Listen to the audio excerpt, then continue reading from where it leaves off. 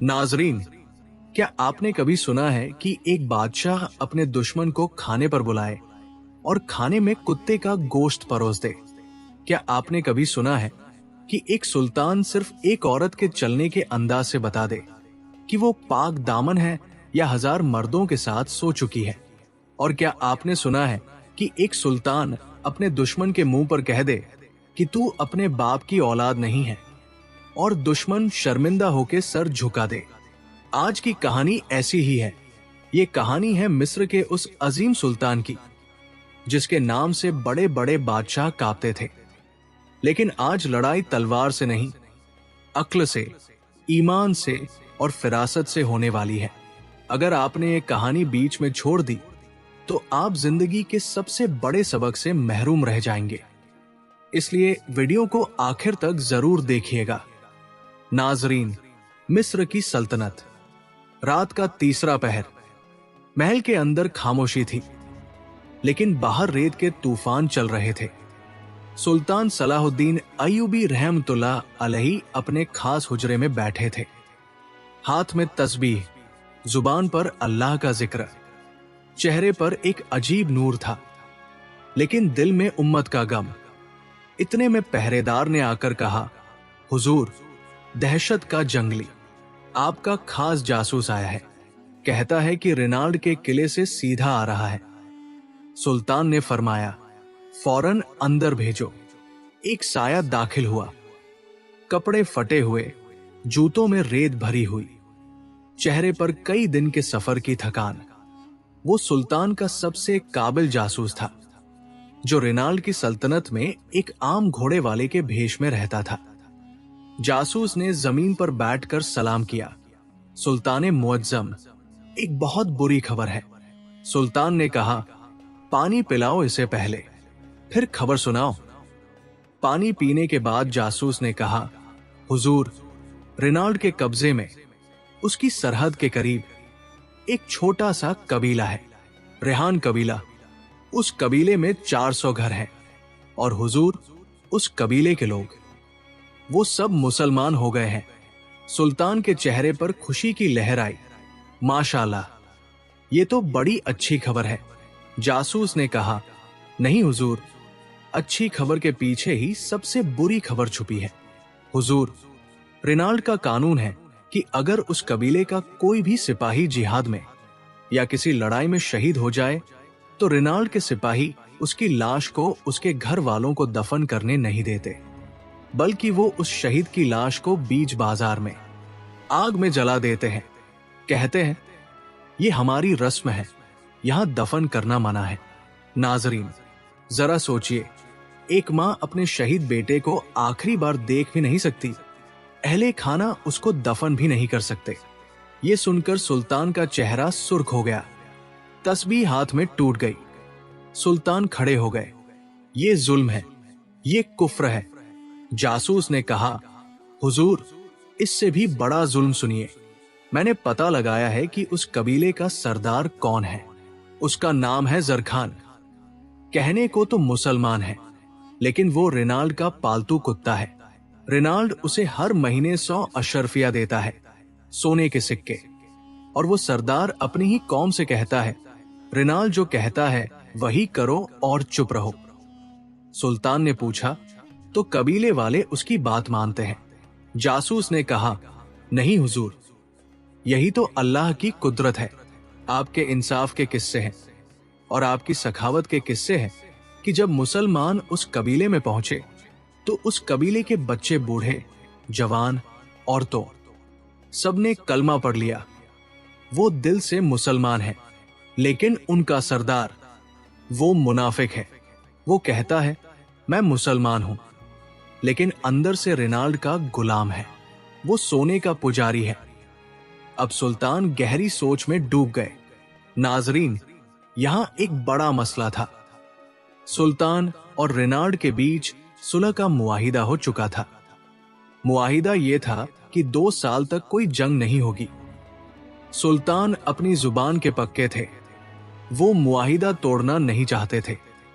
लेकिन क्या एक सुल्तान एक मजलूम कबीले को इस तरह जलते हुए देख सकता है? सुल्तान पूरी रात नहीं सोए। फजर की नमाज के बाद उन्होंने अपने वजीर अली बिन सुफियान को बुलाया। सुल्तान ने फरमाया, एक खत लिखो रिनाल्ड के नाम। मुंशी ने कलम उठाया। सुल्तान ने फरमाया, लिखो। बिस्मिल्लाह।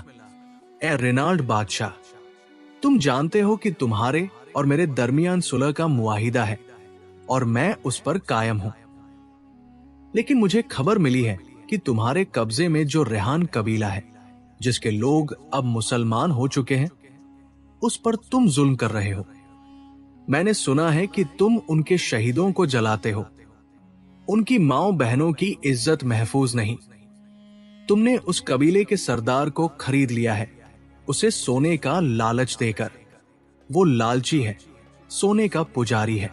अगर तुमने ये काम आज के बाद ना रोका तो मैं भूल जाऊंगा कि हमारे बीच कोई मुआहिदा हुआ था। फिर मेरे और तुम्हारे बीच सिर्फ तलवार फैसला करेगी। वस्सलाम, सुल्तान मिस्र सलाहुद्दीन। ये खत जब रिनाल्ड के महल में पहुंचा तो दरबार में खामोशी छा गई। रिनाल्ड एक चालाक लोमड़ी था। उसने खत को 3 बार पढ़ा। पहले गुस्सा आया और फिर हंसा।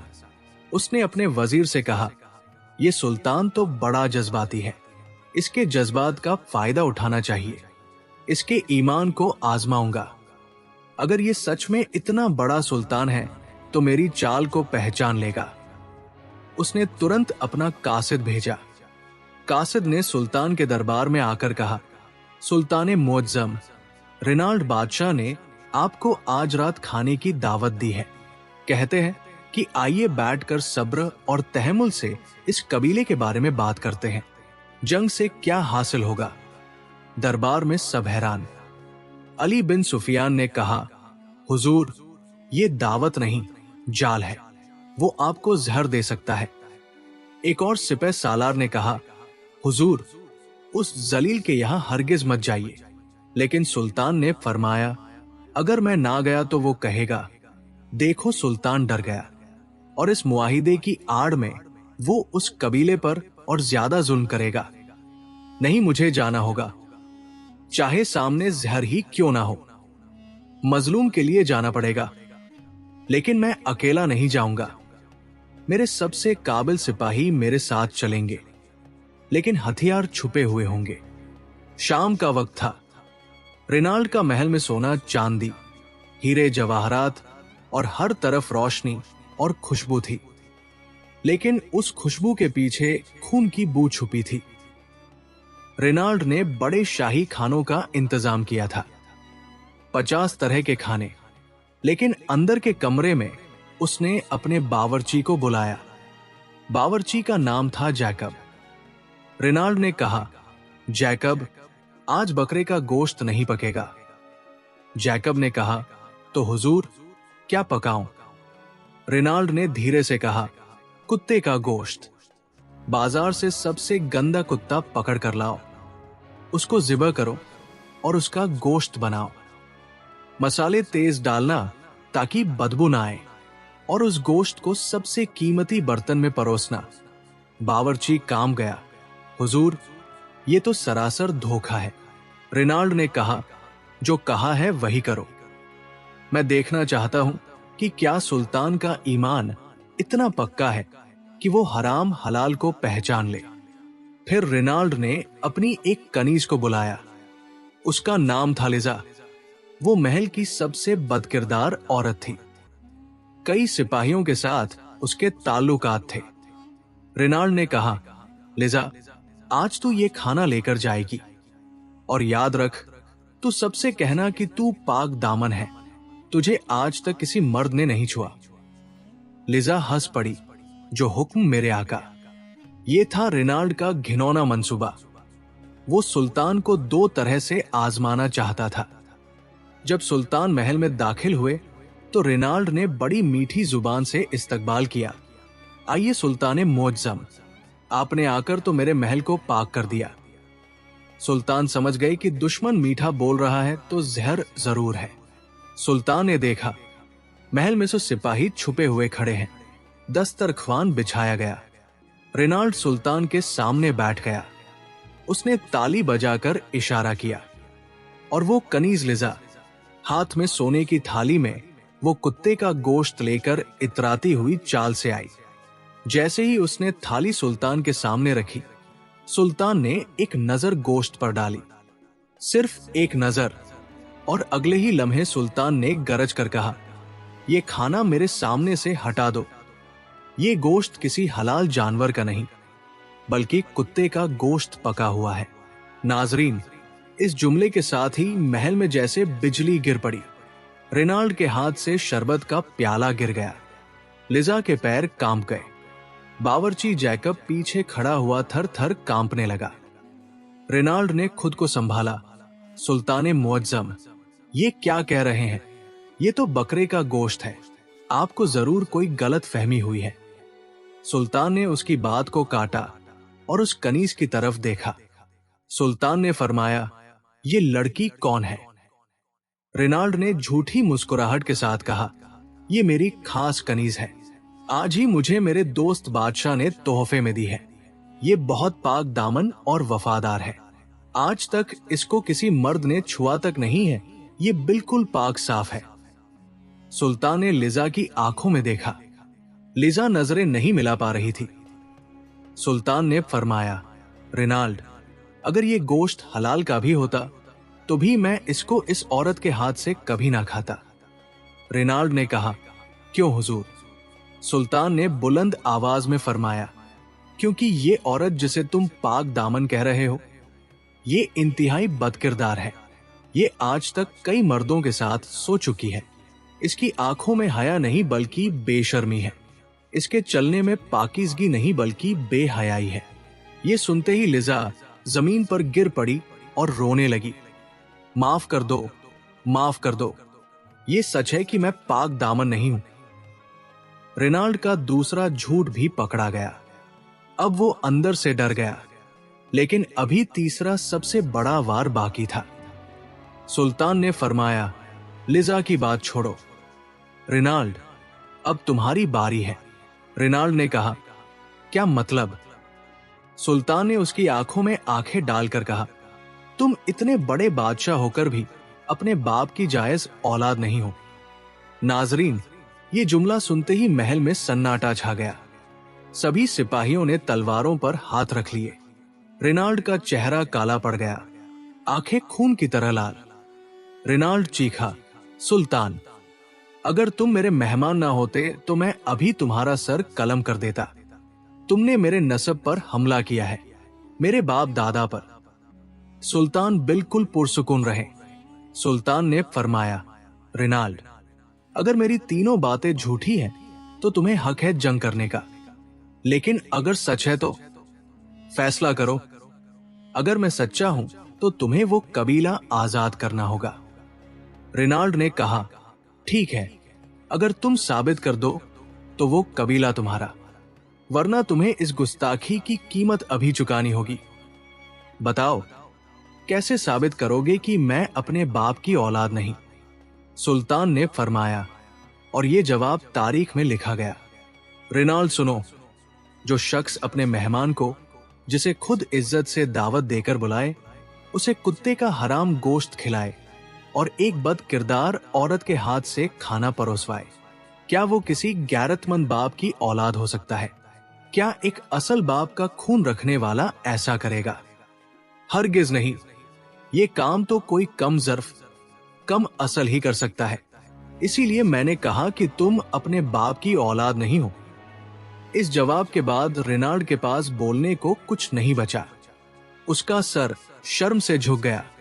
उसके अपने वजीरों ने भी मुंह नीचे कर लिए। तब रेनाल्ड ने रोते हुए सच कबूल किया, माफ कर दो सुल्तान, आप जीत गए। मैंने ही बावर्ची से कुत्ते का गोश्त बनवाया था ताकि आपके ईमान को आजमा सकूं। मैंने ही लिजा के बारे में झूठ बोला था। आपकी तीनों बातें सच है। आपकी फिरासत के सामने मैं हार गया। और उसी रात रेनाल्ड ने अपने वादे के मुताबिक उस रेहान कबीले को आजाद कर दिया। सुल्तान ने उन 400 घरों को अपनी सल्तनत में जगह दी, उन्हें जमीनें दी और रहने के लिए घर दिए। उनके सरदार जरखान को, जो सोने का पुजारी था, उसे कैद खाने में डाल दिया और उसकी जगह एक नेक सरदार को मुंतखब किया। आने वाले वक्त में वही कबीला सुल्तान का सबसे वफादार, सबसे बहादुर कबीला बना।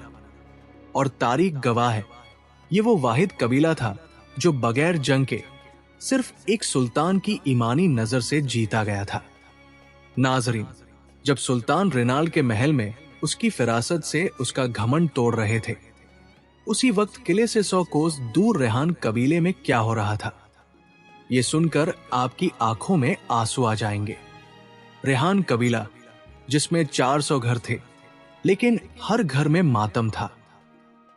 हर दिल में एक शहीद की तस्वीर थी। कबीले के बीच में एक बुढ़िया रहती थी, अम्मा सलमा। उसके 2 बेटे थे, दोनों जवान, दोनों बहादुर। रेनाल्ड के खिलाफ एक छोटी सी लड़ाई में दोनों शहीद हो गए। जब अम्मा सलमा अपने बेटों को दफन करने गई तो रेनाल्ड के सिपाहियों ने कहा, ले जाओ लाशों को और इन्हें जला दो, यहां दफन करना मना है। अम्मा सलमा ने उन सिपाहियों के पैर पकड़ लिए, मेरे बेटों को मिट्टी तो देने दो। लेकिन सिपाहियों ने उसको धक्का दे दिया। उस दिन से अम्मा सलमा रोज रात को अल्लाह से दुआ करती थी, या अल्लाह, कोई तो ऐसा सुल्तान भेज जो हमें इस जालिम से बचाए। कबीले की हर मां की यही कहानी थी। कोई अपने भाई के लिए रो रही थी, कोई अपने शौहर के लिए।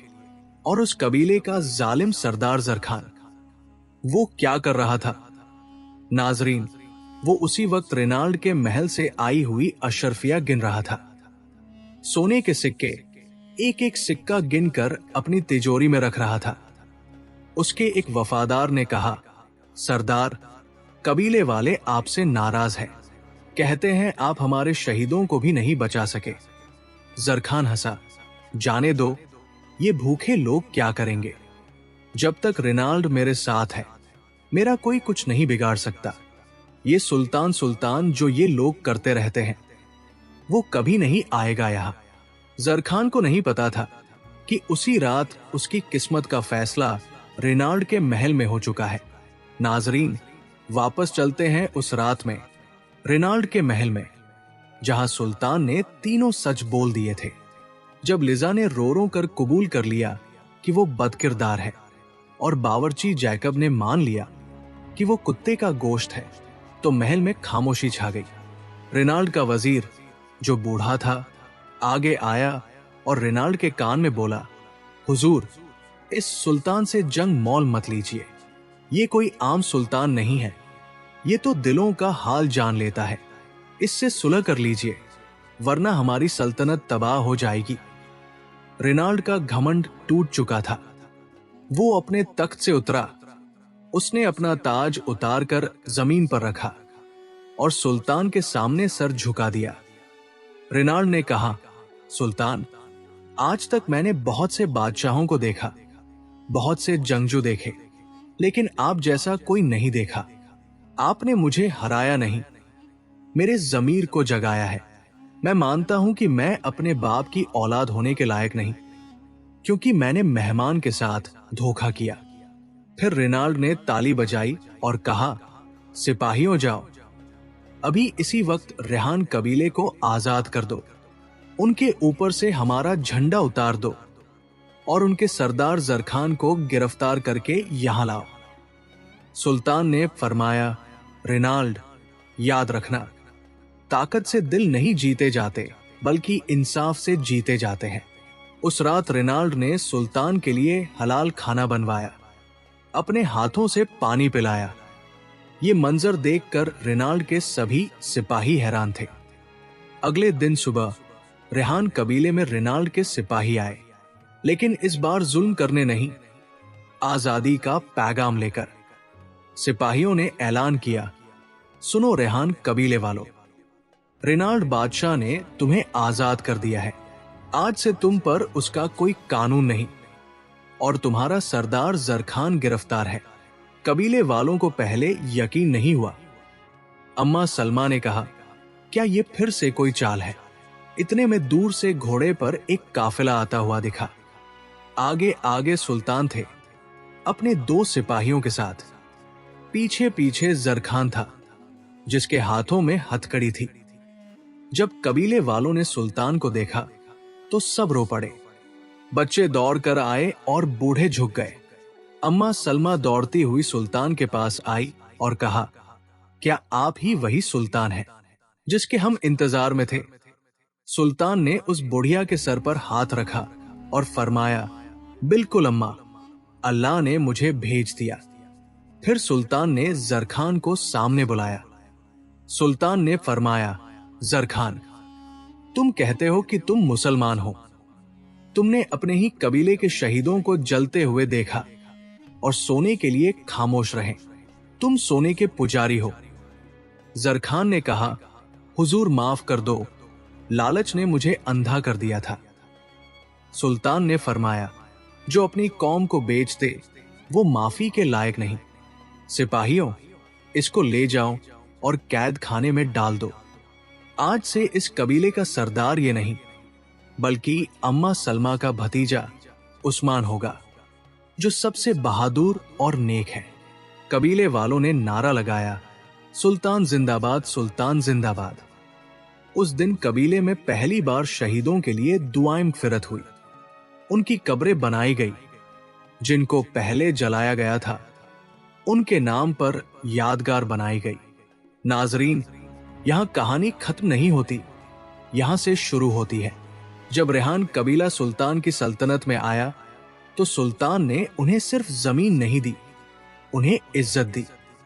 सुल्तान ने फरमाया, तुम लोग अब मेरे मेहमान नहीं, मेरे भाई हो। सुल्तान ने उनके लिए नए घर बनवाए, मस्जिद बनवाई, मदरसा बनवाया और उस कबीले ने भी अपना वादा निभाया। अगले ही साल जब रिनाल के एक और दोस्त बादशाह ने सुल्तान की सल्तनत पर हमला किया तो सबसे आगे यही रेहान कबीला था।